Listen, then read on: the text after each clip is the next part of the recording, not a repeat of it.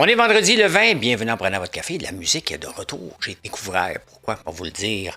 Je vais vous parler de mon statut sur Facebook, sur mon style de vie qui vous dérange un peu. Le prince Andrew est arrêté, enfin, Caroline de Caroline. Hey, la défense, je vais vous parler du nombre de militaires qu'on a, jusqu'où qu'on veut aller.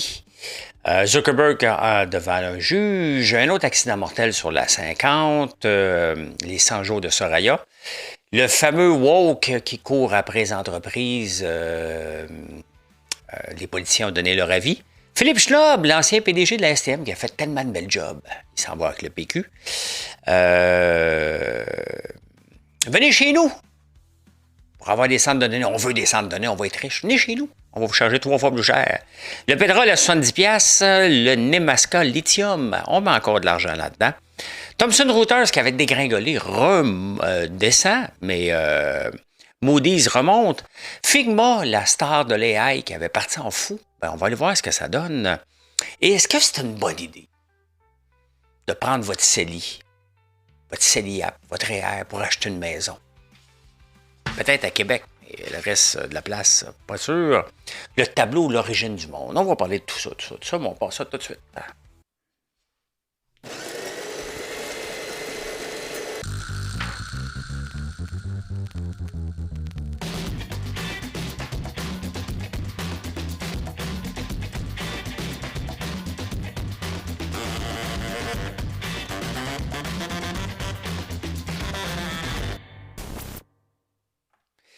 Demain, samedi, ça se peut qu'il n'y ait pas de show. Il va en avoir un peut-être dimanche.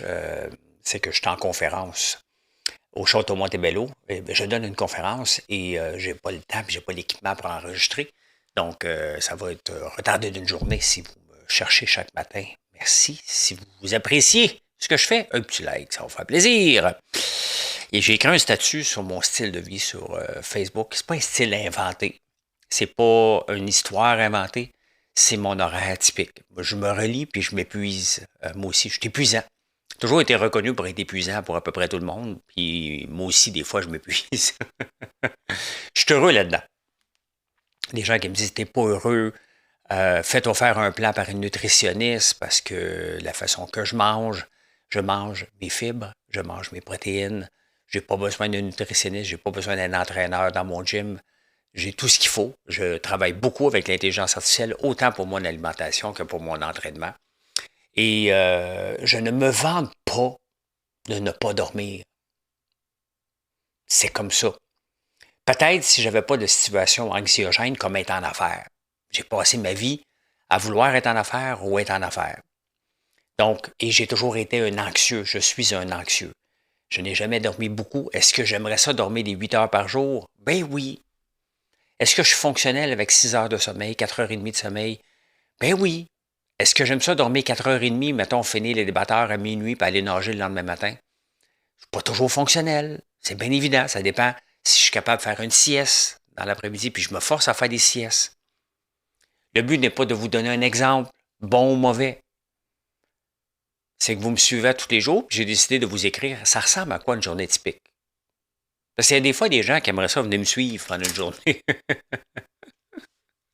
Je n'ai pas compté quand je vais travailler dans le bois. Tu sais, éventuellement, est-ce que j'aimerais avoir plus un horaire différent? Un peu, mais pas tant que ça. OK? C'est sûr que travailler sur la ferme physiquement me prend du temps. Mais c'est moi qui le veux cette année d'Entorier. Je veux aller voir, sont où les opportunités? À quelle place qu'on peut améliorer? Je veux le faire avec mon frère ou avec mon fils, dépendamment lequel qui est disponible, pour aller voir, parce que ça fait quelques années que je ne l'ai pas fait, justement. J'étais à Big Brother ou j'étais occupé à faire autre chose. Et là, ben, je veux le faire pour aller voir. OK, mais c'est parce qu'à un moment donné, si on veut s'améliorer, il faut aller sur le terrain. C'est comme ça que j'améliore mes entreprises. Mon entreprise. Les produits, j'y goûte, j'y mange. Ah, regarde, on pourrait améliorer ça. Oh, regarde, on pourrait faire ça. Les produits sont toujours améliorés. Mais pour ça, il faut être sur le terrain ou l'utiliser. Maintenant, je ne dis pas, regarde, commencez à couper vos heures de sommeil là, pour être comme moi. Là. Sincèrement, là, il y a des gens qui pensent ça. Il faut qu'ils soient failés un peu. Là, voilà. En parlant de failés, là, il y en a un vrai. Andrew Mountbatten, Windsor, a été arrêté jeudi Il était temps. Il est en lien avec Jeffrey Epstein et tout ça, là, c'est assez. Là. Je ne comprends même pas qu'il n'avait pas été arrêté avant ça. Là. C'est assez. On veut voir des arrestations. C'est bien beau voir des photos, là. On veut voir des arrestations. N'importe qui. N'importe qui. Tout le monde qui est impliqué là-dedans devrait se ramasser devant un juge. Fait que là, il est arrêté. Fait que finalement, tu sais, déménager, mais on s'entend où il s'en va, là. Petite prison, là. Pas doré, comme tout le monde, là. À se faire parler dans le blanc des yeux par des détenus, là, ça y ferait du bien, un peu. Quand je vous dis que c'est dangereux, le 500 milliards de Mark Carney, en ce moment, on a 80 000 militaires. On va passer à 205 000 d'ici 10 ans. Ça, si on compte qu'il y a à peu près 10 qui partent à la retraite par année, donc il faut déjà en embaucher, supplémentaire pour maintenir le 80, et il faut en embaucher encore plus, monter à 205. On en veut 105 000 de plus. 125 000 même, c'est ça, excuse-moi, c'est 125 000 de plus, de 80 à 205 000. Donc, techniquement, n'importe qui est capable de marcher debout, là, ben, je pense pas qu'on, à part dans les bureaux, là, qu'on prenne des handicapés. Là. Vous comprenez ce que je veux dire, là? C'est sûr que tu t'en vas au front, faut aies tous tes membres, là. Je pense qu'on va embaucher à peu près tout le monde qui va se présenter. Pour aller vers là, le mot d'ordre va être, garde, t'embauches tout le monde. Ça va être beau. J'espère au moins, là, que quand il va y avoir des inondations, des problèmes, on peut les utiliser sans demander la permission. Moi, quand le Québec demande la permission, puis la grosse affaire, est-ce qu'on utilise l'armée ou pas l'armée? Regarde, si on veut aller jusque-là, là, on a le droit de les utiliser.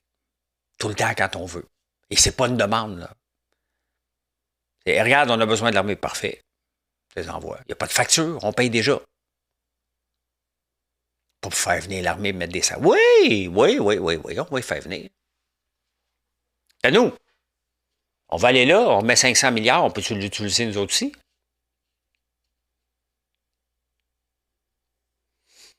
Moi, j'ai besoin d'une armée pendant une semaine pour ramasser pétales de tournesol. Peux-tu l'utiliser? Juste une semaine. Tu sais, il n'y a qu'une journée. Débarquez tout le monde que vous pouvez, puis rentrez dans les champs, ramasser pétales de tournesol. Un autre accident mortel sur la 50. C'est pas drôle. Une hostie d'autoroute de pauvres. Faite par des politiciens.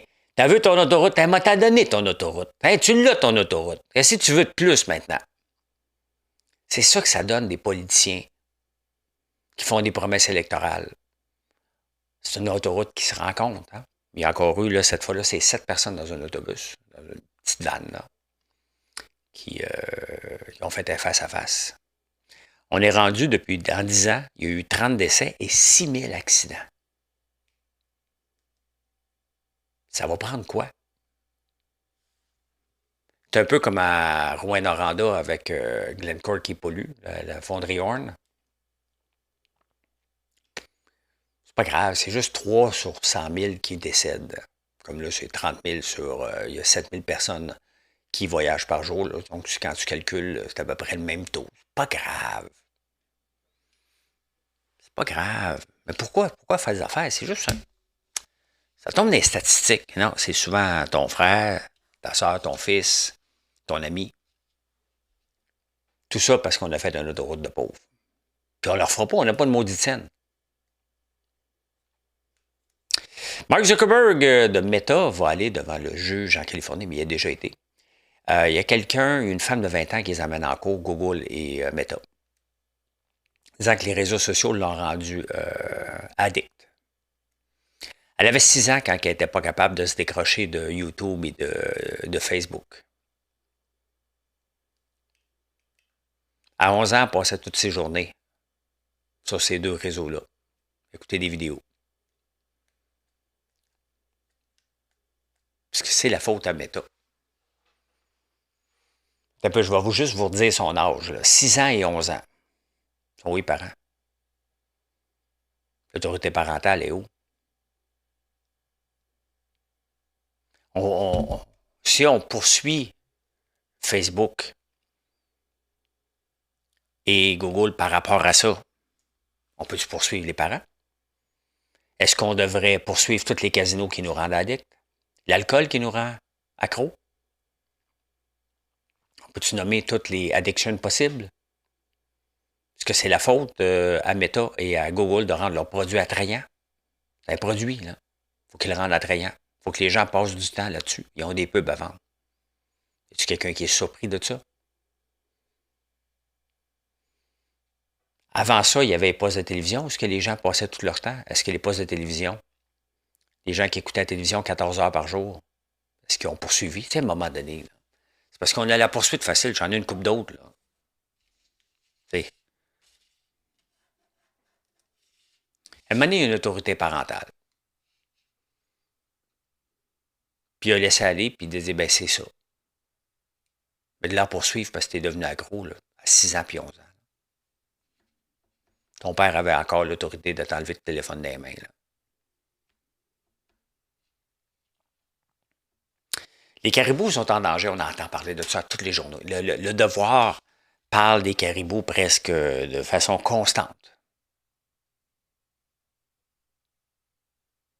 Tout le temps, tout le temps, tout le temps. On a permis la chasse à 400. Ils ont tué 400. Bon, il y a différents. Il y a des cris. Je ne sais pas toutes les nationalités d'Autochtones.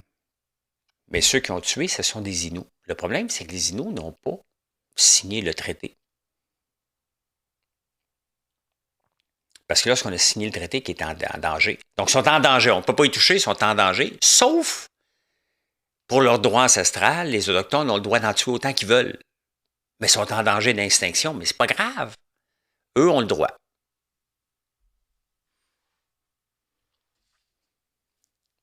Les Inuits n'ont pas ce droit-là, parce qu'ils n'ont pas signé le traité. Donc, les agents de la faune se présentent, demandent aux gens de s'identifier, sachant que c'est des Inuits, ils ne veulent pas. Ils s'en vont. Pour faire de chicane. Si tu n'as pas signé le deal, là, puis abattre 400 caribous comme ça, leurs droits ancestraux, tu as le droit ancestral, oui. Il y a 3000 ans, là, vous abattiez tout d'un coup avec vos mains 400 caribous comme ça. Arrête, là. Dès qu'on glisse le mot autochtone, là, ça devient terrain miné, tout le monde se pousse. Mais il n'y a personne qui tuait il y a 3000 ans 400 caribous d'un coup avec leurs mains, là, avec des flèches. Là. Arrêtez avec vos droits ancestraux. Là. Maintenant, on peut mettre de l'ordre dans la cabane. C'est en danger, l'extinction? Ben là, c'est plus personne. C'est plus personne, ils sont en danger. On va les perdre. Depuis quand qu'on accepte de tuer une espèce en voie d'extinction? Elle l'est-tu ou elle l'est pas?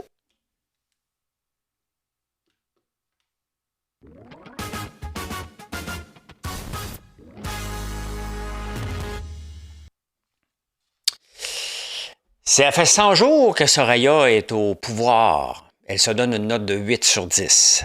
Ben, on va se le dire, pour l'itinérance, on peut lui donner presque 10 sur 10, c'est son cheval de bataille.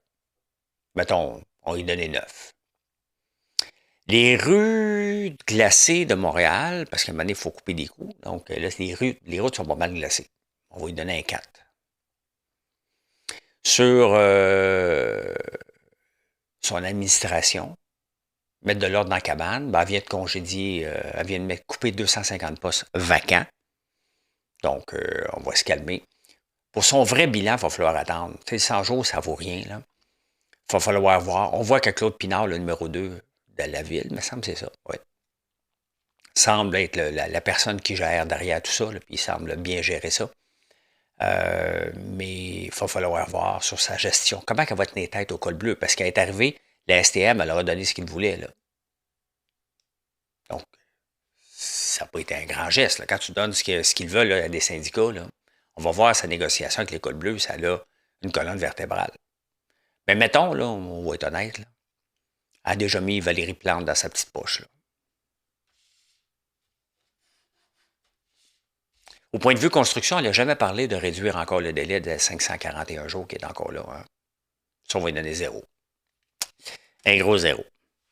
Ben écoutez, c'est dans tous les journaux, partout on parle de ce woke-là qui est binaire, qui est chauve en passant avec un tatou sur la tête. Donc, il a la tête rasée avec un tatou, qui insiste pour se faire couper les cheveux. Il faut le rappeler, là. Il ne voulait pas se faire couper les cheveux. Il voulait juste mettre une entreprise dans le trouble puis continuer sa saga. Vous allez voir, je ne vais pas le nommer, mais fouillez-le puis allez voir sa page Facebook. C'est ce qu'il fait dans la vie. Poursuivre, trouver les failles et donner son degré de satisfaction si les gens ont plié ou pas plié. C'est ce qu'il fait dans la vie. C'est un parasite. Les politiciens se sont prononcés.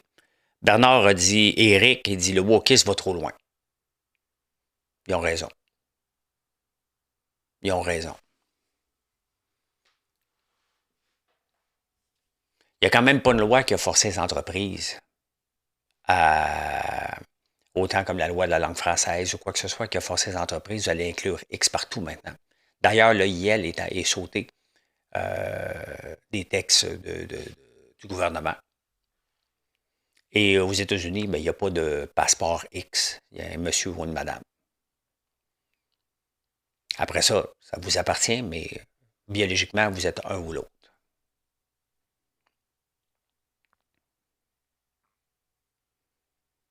Mais le juge, c'est du n'importe quoi. Quel genre de juge comprend? Sont où leur jugement? Charles Milliard nous prouve encore rapidement qu'il est un être inutile dans le paysage politique. Ben, il a dit des mots. La phrase est belle, mais ça ne veut rien dire. Il a dit, je suis pour l'inclusivité. Ouais, il n'y avait rien d'exclusif, là. On va te faire couper les cheveux. Mais t'as pas de cheveux, ciboire. On peut-tu revenir à la base? T'en as pas de cheveux. On peut se le dire.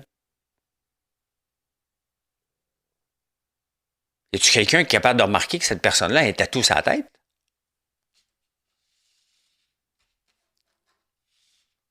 Mais Charles Milliard, que ça va être des phrases creuses constamment. Et rapidement, il aurait pu se prononcer.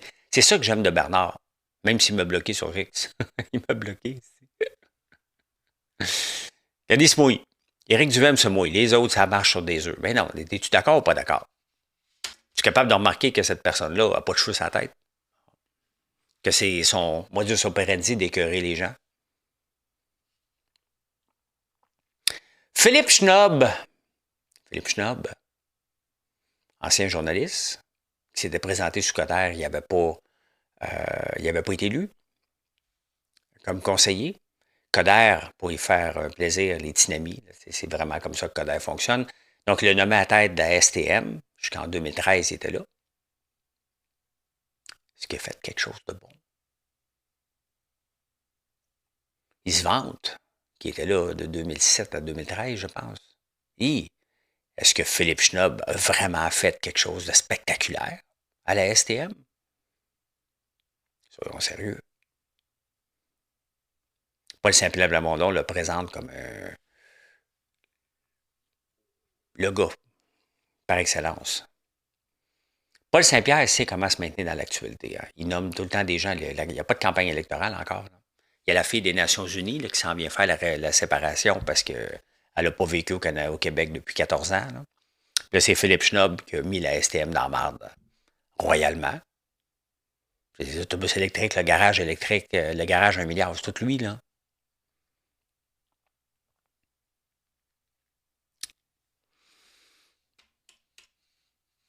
On s'en va chercher des winners pour faire un pays, hein? Ben, venez chez nous. Venez chez nous. On veut avoir des investissements dans les centres de données. On veut avoir des investissements dans la crypto, mais non. On va donner l'électricité à des grosses usines polluantes d'aluminium. Mais toi, là, avec tes données, là, ton data, là, toi, on va te charger le double. Crypto-monnaie? Ça, c'est une affaire de crosseur. On va te charger le double encore. Donc, pour inviter les gens à venir investir ici, On leur dit, on va vous charger en tabarnouche l'électricité. Excusez le sac, mais... Voyons, tabarnane. Mettez votre ailleurs, il fait froid, on est sécure, on est stable. Ouais, mais l'électricité vient à 13 cents. C'est moins cher qu'à telle place. Puis en plus de ça, c'est vert. Pour la crypto-monnaie, c'est 19 cents le kilowattheure. Tout ce dire qu'on n'en veut pas. On en veut, on en veut, on en veut, on en veut. Hey, voyons, tu vas charger 2 fois le prix qu'ailleurs. Je ne sais pas combien ça coûte ailleurs, mais tu vas charger 2 fois le prix qu'une autre industrie aurait ici au Québec. Oui, il faut faire de l'argent.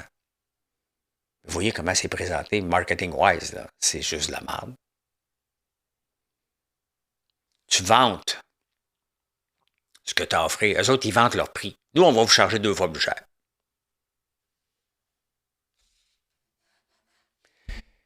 Il y a un fromage qui s'appelle comme ça, le Petit Québec.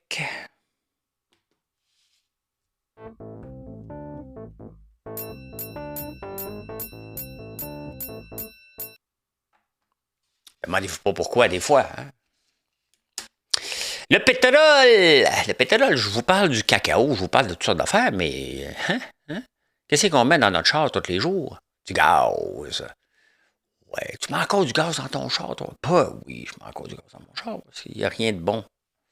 Le reste. Le pétrole est à 66$, le crude oil est 71$, le Brent du Nord. Le Brent du Nord, là, ça, c'est les Norvégiens qui sont riches à craquer. Là. Ils nous vendent du pétrole.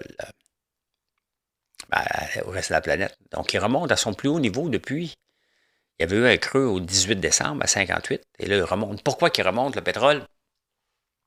À tout moment, là, les États-Unis vont attaquer l'Iran. Il y a des porte-avions qui se déplacent vers là-bas. Donc, on s'attend d'une journée à l'autre.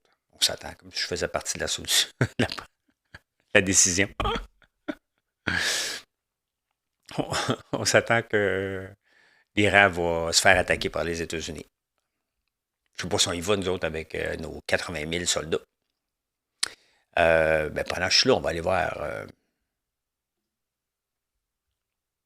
le cocoa. Pourquoi des fois, ils remplacent des mots, Cocoa, c'est-tu correct ou pas correct? On est à peu près à 3248. Ça continue à baisser. C'est pas encore disponible sur les marchés, ça prend du temps. C'est drôle parce que le pétrole, là, dès que le pétrole monte à 70$, les barils, ça fait longtemps qu'on les a ici, là. Tout de suite, par à 70$, vous allez voir le pétrole monter immédiatement. Le cacao, ça prend un petit peu plus de temps. Parce que c'est pas sensible au temps. Là, fait que, voilà. Combien qu'on a mis dans Nordvolt? 600 millions. On est rendu à 1,2 milliard de mis dans Nemaska Lithium. Il manquait un petit peu d'argent. On vient d'en rajouter 275 millions. Oh, la filière lithium.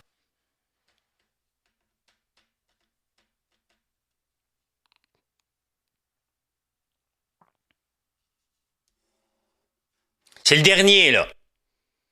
Là, c'est le dernier chèque qu'on fait, là. Tu sais, j'ai déjà investi dans des entreprises, puis à un moment donné aussi, j'ai dit, c'est le dernier. Comment ça a fini? En fermeture, en faillite. À un moment donné, il faut que tu dises, t'as assez? Arrange-toi. T'es pas capable? That's it.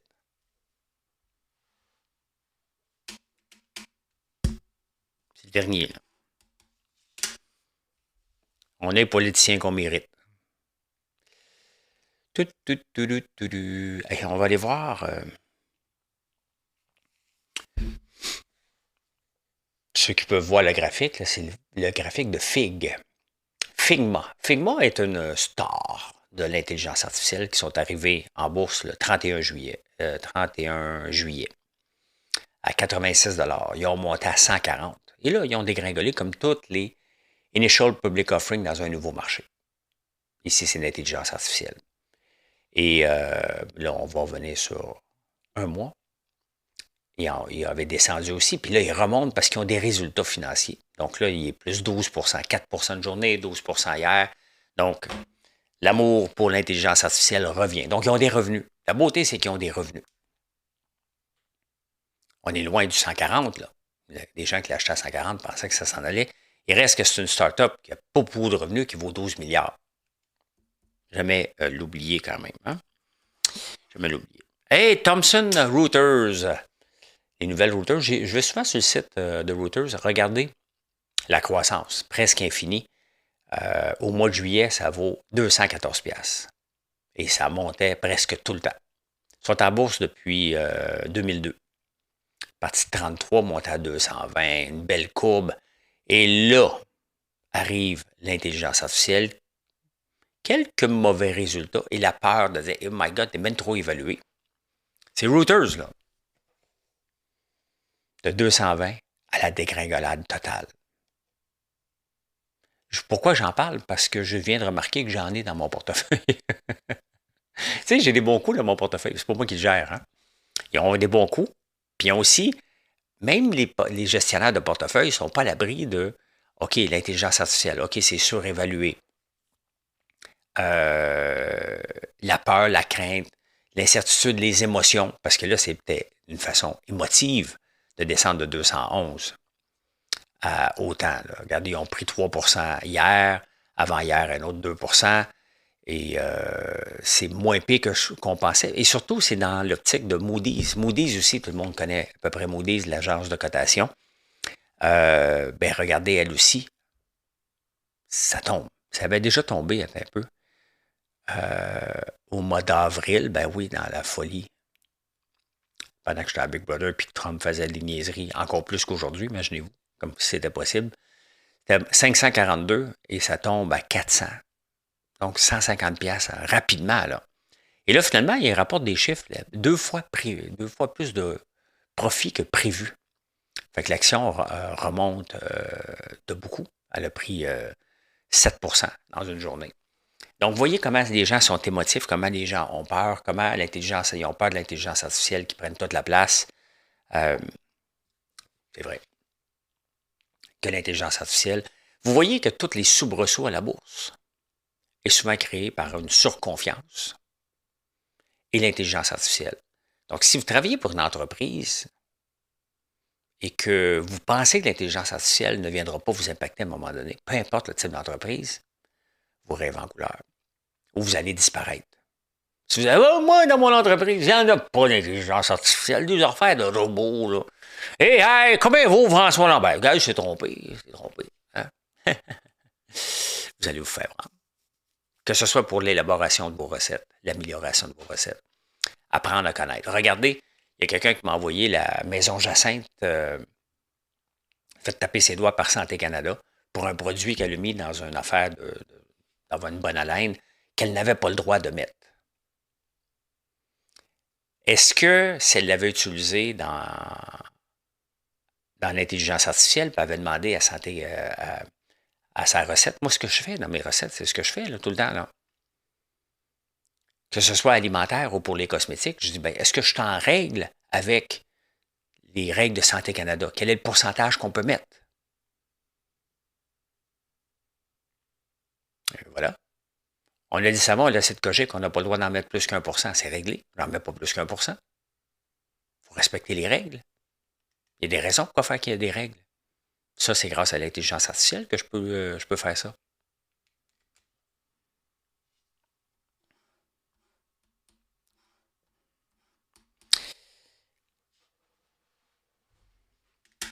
Prendre son CELI App, le REER, l'accès à la propriété, la fameuse accès à la propriété.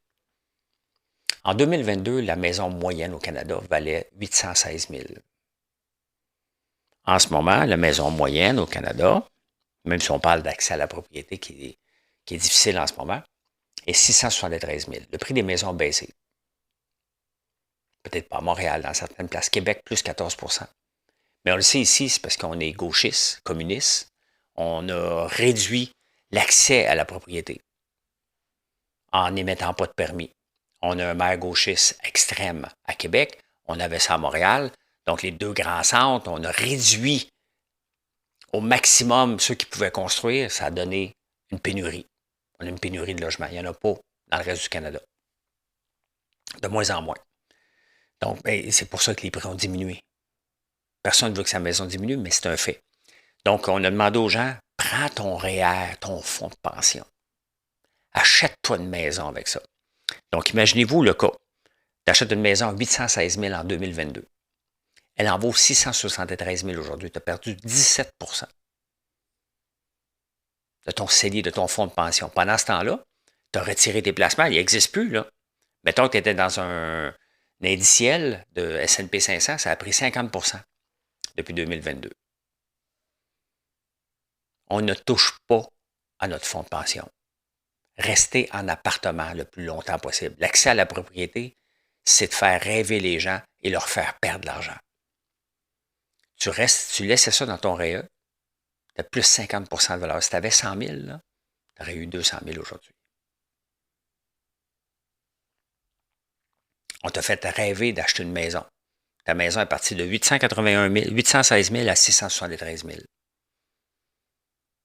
Ça, c'est comme un match de 4 points en tabarnouche. Hein? L'accès à la propriété, là, c'est juste bon pour les banques. Ne l'oubliez jamais. Le gouvernement participe à ça.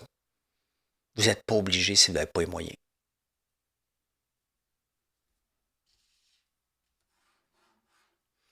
L'année passée, il y a eu le Genius Act aux États-Unis sur l'autorisation des stablecoins.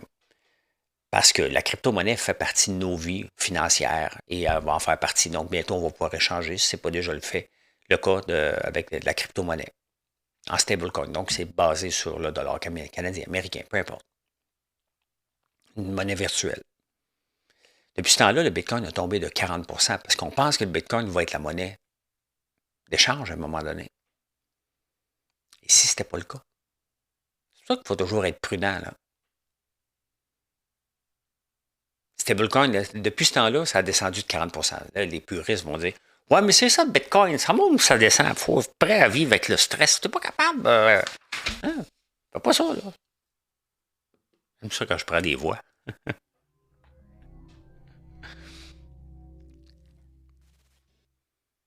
Quand je prends des voix de beau-frère.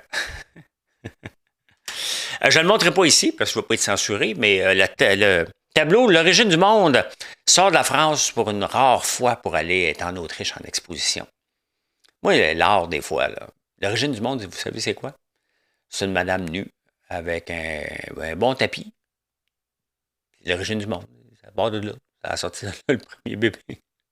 Allez voir. Je ne sais pas combien ça vaut une million, là, mais c'est ça. Le Maroc va accueillir la Coupe du monde en 2030. Sauf qu'il y a un problème. Moi, je suis allé en Tunisie, puis il y a le même problème. Là. Il y a bien des pays qui ont beaucoup, beaucoup de chiens errants. Beaucoup, beaucoup, beaucoup, beaucoup, beaucoup, beaucoup trop. C'est le problème au Maroc. Ils en ont 3 millions à tuer pour avoir des rues propres, des rues qui n'attaqueront pas les gens. Parce qu'une fois de temps en temps, un chien errant peut décider d'attaquer. Il a faim, là, lui. Il faut qu'il mange. Donc là, ça, les droits des animaux capotent là, parce qu'ils les mettent dans des camions, ils les euthanasient, puis ouais, ben, à un moment donné, il y en a trop aussi. Là, ici, on a une poursuite sur un chauve qui va avoir une coupe de cheveux. Hein? Mais il y a un gars qui est allé manger chez Buffalo Wild Wings. J'imagine que c'est à Buffalo, ça, aux États-Unis. Puis il a pris des ailes de poulet sans os. Mais c'est ce qu'il voulait. Puis là, le mangeant, il dit « Non, c'est pas une aile, ça. » Parce que pour faire des ailes de poulet sans os, ils prennent de la poitrine de poulet. Ils l'enrobent comme une aile normale. Sauf que tu ne te bats pas avec les os. Fait que là, un client qui était vraiment traumatisé, il est allé en cours. Il a perdu. Il y a un juge qui a eu du sens. Comment on peut accepter que ça se rende jusqu'en cours? Il est traumatisé d'avoir mangé des ailes qui n'étaient pas des ailes, finalement. On est une société de malades. De perdre notre temps des tribunaux pour des hosties-niaiseries comme ça.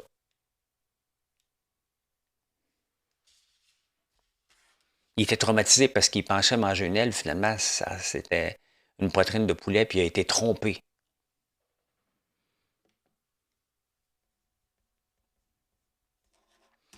Merci d'être là. Je vous souhaite une excellente journée. Et n'oubliez pas que demain, ça se peut que je ne sois pas disponible, que je ne sois pas là. Donc, je vais être là le surlendemain. Passez une belle journée. Et venez nous voir sur françoislambert.one.